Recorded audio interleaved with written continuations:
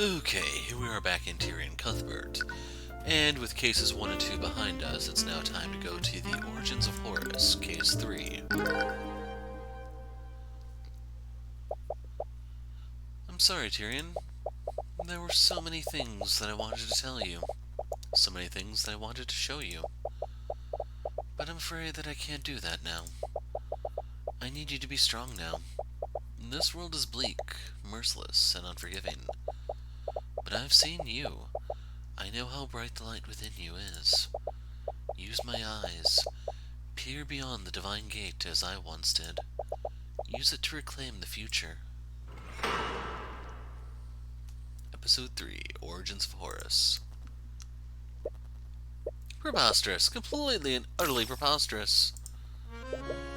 Is something wrong, Lord Von Sanctus? You filthy rat! You cheated, didn't you? That's right, you're just a cheat and a charlatan. Lloyd Von Sanctus. Do you have any evidence to prove that ridiculous claim? That's a first. I mastered chess before you could crawl out of whatever rat hole you came from. Do you honestly expect anyone to believe that you could defeat me? Honestly, I'm just as disappointed as you are. I was expecting more of a challenge from House Van Sanctus. But I suppose all the gold in the world can't buy you a modicum of skill. You little upstart, Von Sanctus's acquaintance clears his throat and gestures subtly to the crowd of spectators. Everyone's attention is on him, and you can see the crowd muttering amongst themselves. His undignified behavior probably isn't doing any favors for his public image. Realizing himself, he tries to regain his composure. It's preposterous. He walks away, muttering the word preposterous under his breath a few more times. Sounds like he's trying to reassure himself more than anyone else. So, that was something? Yeah, I knew he'd get angry, but I didn't expect him to make a scene like that. Well, you did insult him. Not to say that he didn't deserve it. Come on, I love seeing these conceited nobles lose their minds when I beat them. It's half the fun of playing these tournaments. Wow, where's this confidence when we're in the courthouse? Court cases are different. I have to deal with real-world elements during a trial, and that includes Prosecutor Steelman. Prosecutor Steelman, huh? I wonder if she plays chess. Now there's a thought. You wonder if she'd be willing to play against you sometime. She can't be any worse than these pampered nobles.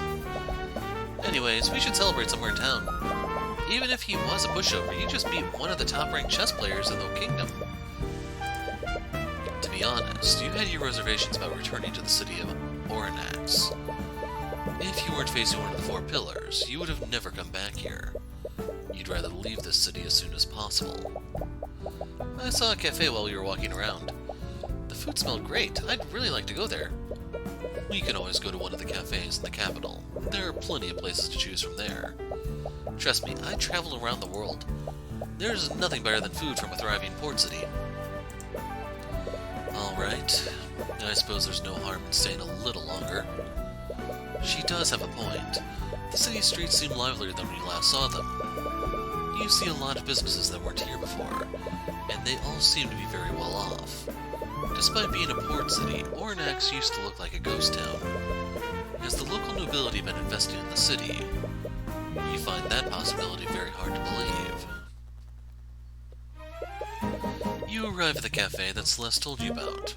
As you enter, you're struck by a powerful aroma of freshly baked pastries and coffee. The scent of the baked goods swirls around you. You take a moment to inhale the enticing smells. You have to admit that it's making you very hungry. So, you seek to enter the domain of the Deathbringer songstress. Well, if glory is what you seek, then look no further. For you stand before Masorka Tudor, Dark Lord of Oranax. As you head further into the cafe, you're approached by a familiar face. Occupation Merchant. Rika, is that you? It appears that my reputation precedes me. How good of you to... Wait, you're Tyrion? You're back. Happiness. Hi. You... Why didn't you tell anyone that you were back in town? Do you have any idea how worried we've all been? Do you two know each other? Right. Celeste, this is Masorka Tudor.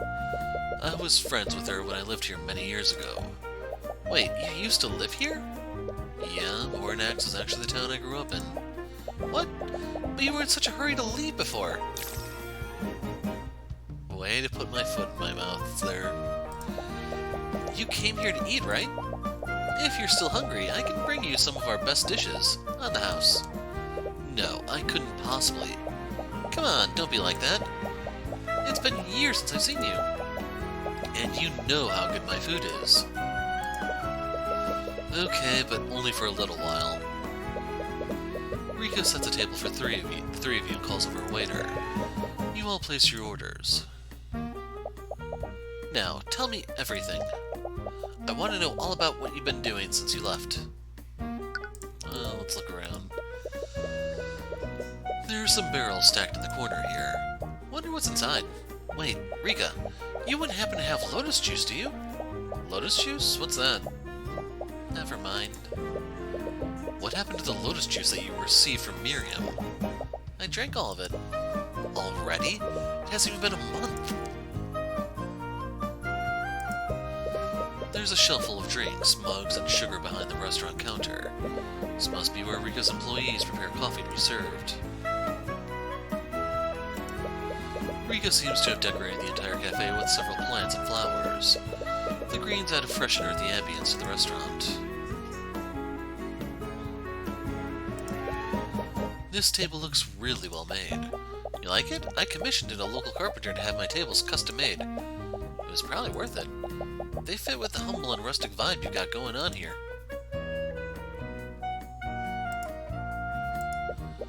There are artificer lights hanging from the ceiling. Your business must be doing pretty well if you can afford artificery like this. That's just one of the benefits I get from working with the I'll say Dracogen. Just need to remember to keep it consistent though. The Dracogen Trading Company. Most of the merchants equip all their businesses with artificery networks now.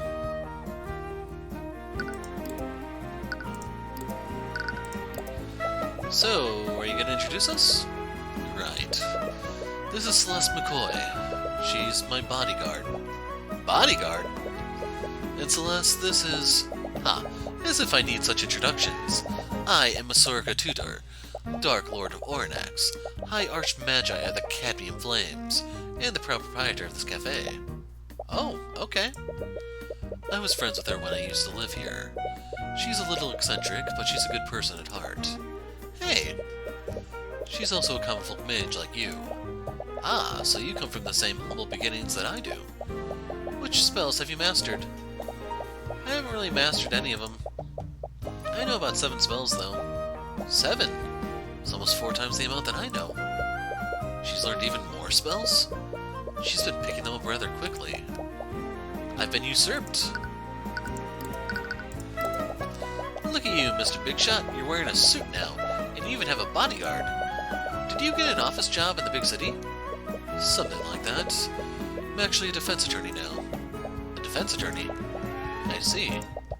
Is that why you left town with that scary lady? Scary lady? Are you talking about Ruby? Miss Timora adopted me when my mother passed several years ago. After that, she began training me to become an attorney like her. Wait, you've been studying to be an attorney since you were a kid?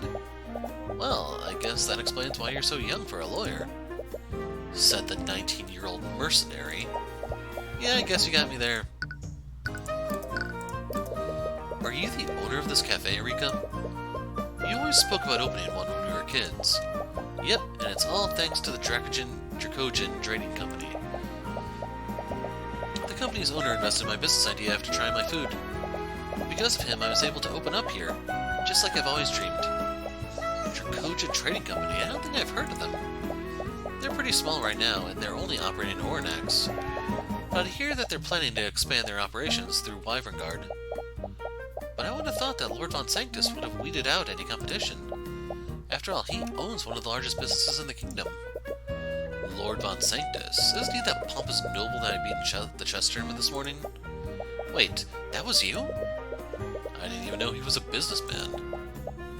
Von Sanctus Industries invented those arcane constructs that we saw at the Imperial Academy. How do you not know about these things? You practically fight against nobles for a living. Maybe you should start reading more about national politics. Is it just me, or does the city look less depressing than before? Right, you left the city before the new merchants appeared. New merchants? Like from a merchant's guild? Yeah, the Dracogian Trading Company was one of the first ones. They started operating here and bought the Arcane refinery a few years ago. After that, merchants from all over Wyverngard started coming here. Well, being based in a port city would definitely give them an edge. And their presence has really helped the city's economy. They aren't owned by the nobility, and they pay their employees a lot more than Von Sanctus does. It's really improved the quality of life for the people here. I doubt Von Sanctus appreciates the competition, though. There's even talk about forming employee-run unions. Oh, Von Sanctus definitely won't appreciate that. So, you still play chess? Yeah, I'm nationally ranked, too. I heard that an upstart commoner defeated Lord Von Sanctus at the tournament this morning. But I had no idea they were talking about you. Upstart commoner. The name suits you, Tyrion. Hey, do you still do that thing when you play? No. What thing? Nothing. She's not talking about anything. Wait, you're actually embarrassed about it? When we were kids, you did it even more than I did. What? What did you used to do? Why don't you show her, Tyrion? I'd rather not. Come on, show us, Tyrion. I think I'm a little too old for this. You're never too old to tap into your inner Chuny. Do it, Tyrion. Yeah, do it. The two of them begin chanting, trying to pressure you. It draws the attention of the other patrons in the cafe. They don't seem to care about the confused looks that they're getting. Seems like you don't have a choice. You take in a deep breath. Those who stand in the shadows, those who fear the light of divinity, your Imperials will fall and your armies will perish. Kneel and cower before the divine gaze of the Eye of Horus. They're trying their hardest to contain their laughter. Well, that's why I don't do it anymore. No, that was great. It was really cool, Tyrion. Her poorly contained laughs are coming up between each word. And why are you laughing? You were just doing it a moment ago. Yeah, but she owns it. You used to say something else before, too. I won't let anyone stand in my way, even if they're a man, king, or god? Yeah, that's it. He still says that sometimes. Oh, looks like our order is here. A waiter brings in the lunch special for each of you. The enticing aroma of the meals makes you salivate a little. You gladly devour the meal. Rika's cooking is just as delicious as you remembered. You spend some more time catching up with her while you finish your meal. As your conversation continues, you and Celeste regale her with stories of your past court cases. No, really? Yep, turned out that it was the headmaster the entire time. Wow, I would have never figured that out. How did you know, Tyrion? Maybe he saw it with his Eye of Horus. You nearly choke on your drink before you realize what she's actually referring to. Wow, I can't believe it. I never thought court cases could be that dramatic. You finish your meal as you continue to tell Rika more about your cases. It's nice being able to talk with her again. You tried so hard to leave everything behind after what happened, but you're happy that she seems to be doing well. Well, it's been nice catching up with you, Rika. But I think it's time for us to get going. What? But we just got here. Sadness. It's okay, I'm sure you're pretty busy nowadays. I won't keep you any longer, but be sure to write, okay? Don't just go and disappear like last time. Yeah, I'll stay in touch. You'd better. You exit the cafe and make your way to the local merchants guild to rent a carriage. The city streets seem a bit more crowded than usual. It's a little difficult to make your way through them. Hey, Tyrion? Yeah? Celeste is fidgeting with her hands. She looks like she wants to say something, but every time she starts to speak, she quickly stops herself. This happens a few more times before she seems to give up. Never mind, it's nothing. You both continue to walk silently as you make your way to the Merchants Guild. As you make your way there, the streets become more and more crowded. You hope the traffic won't interfere with the ride home. Hi, could we rent a carriage for travel to Ratholm? Sorry, but travel outside of the city is temporarily closed. What? Why? Haven't you heard? Knights of the Kingsguard have locked down the city. They set up a blockade and everything. Check the city gates if you don't believe me. As you arrive at the city gates, you see the blockade that the merchant was talking about. A crowd of disgruntled townsfolk are angrily shouting at the knights stationed there.